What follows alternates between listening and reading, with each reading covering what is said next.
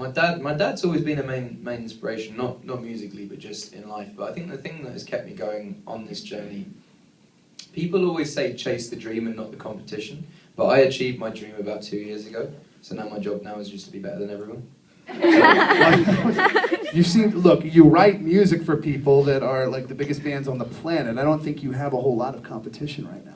No, but it's not like it's not competition from a songwriting point of view, because everyone writes songs for their own. You can't necessarily be a better songwriter than someone because it's just feelings. But my thing is like, I'm just a very competitive guy. I want to do more gigs than everyone. I want to do more promo than everyone. I want to have more spins on radio. I want to sell more records. It's just like once the music's sorted, that's what I want to do. The just stats, and it's a very weird thing. I'm a bit odd in that. So you're sitting there watching the chart on Sunday when it comes out in the States. Well, no, I see the updates every day. Like Elton John's the same way. Like you do your musical thing, you do your creative process. You don't worry about anything, and then once it's out, it's on. It's on. Yeah. So, for instance, when Lego House was, first released here in the States, which people love, by the way, Kyla was singing all day. Thank you. Tell me what that's like for you. It's released, it goes to stuff. Are you constantly hounding Horsey and Laura? Are you calling them and emailing them, saying, "How am I spins and why is the station not on it?" How would you like to answer that, John? Which part of it? Is he one of those artists that's uber involved and up your like you're up ours? He wants to know, how do we do, what's going on, how do we get there, why aren't we here yet? Like, all of that. And not every artist is like that. Some of them, aren't that interested. They, like you said, they make the record and that's it. And then they want to go perform it live. They're not concerned with the radio aspect. And to be honest, that's probably a more musical way to be. Right. But I think once you've done the music, it's on. Like it's on. Yeah, Game on. And everybody's your competitor. You can be as bohemian as you want, but at the end of the day, there has to be some kind of drive. And like once the album's done, your drive's finished. So how are you gonna? Do you not want everyone to hear it? I think everybody's here because you exude that passion, and I think this is what you guys just saw was a very cool glimpse behind the curtain, if you will, into the record industry. Because you don't really get to hear a conversation, artist to label, with a radio guy like that. So I apologize for the in the industry moment, but it was kind of it's a good chat because I respect what he does, and I respect what he does, and we all kind of work together to make you guys happy, if you know what I mean. Karen in Arlington. When is your next headlining tour in the States, and are you planning to collaborate on your next album? What all have you and Taylor written on this tour? I've got some more songs with Taylor. I just don't know if they're going to come out on my record or hers or someone else's. They're just there. There's no plan for them. Yeah, I mean, there's kind of a small headlining tour going on at the moment throughout this tour. It's just not announced as a tour. I've played probably like 7 headlining shows since I've been out on this tour. Just now and then we'll just pop up and do stuff. So yeah, there's that. I played in Milwaukee last night and did 4,000 capacity theatre. That was quite fun. So I'll be doing more stuff like that. As far as headlining tour, I'm not going to book anything until next year, until the next album's out, because this album I've been on the road for 2 years and the album's been out for almost 2 years. It's time to put it to bed and move to the next one. It's done its thing. And so where are you in the process of the next album?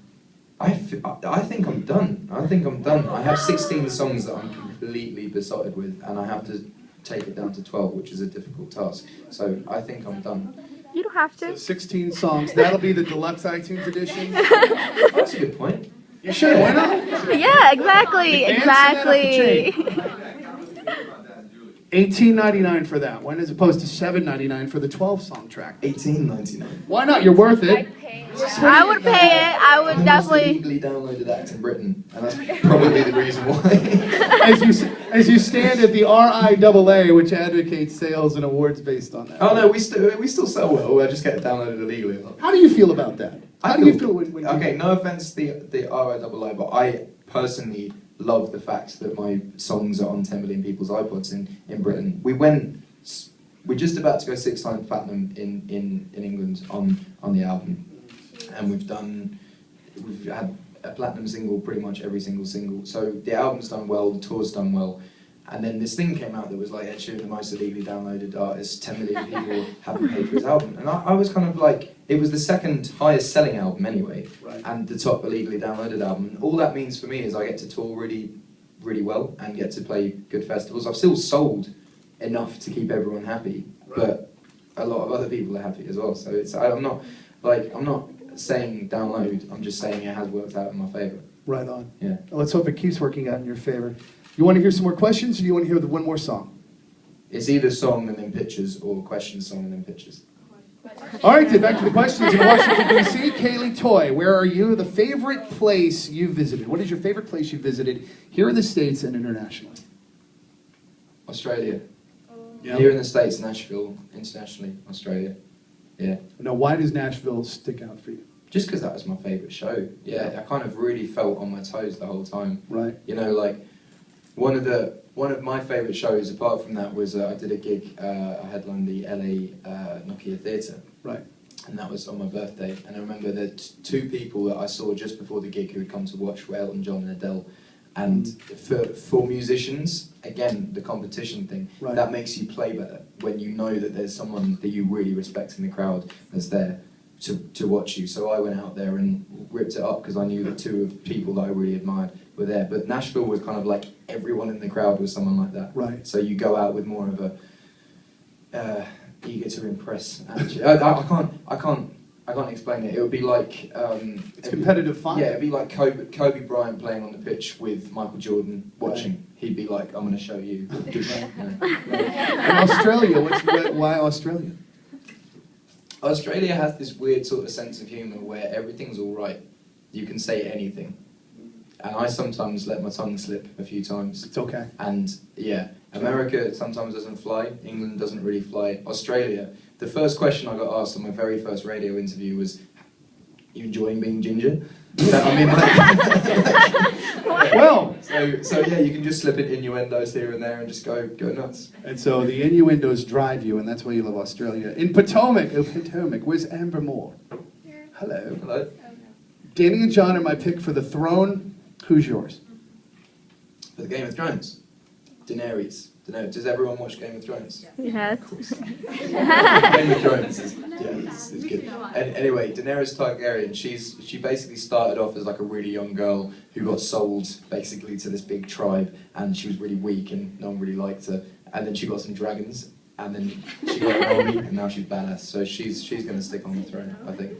Speaking of television, Carrie in Richmond, where are you? Carrie, wow, hello. Congratulations, thanks for coming up.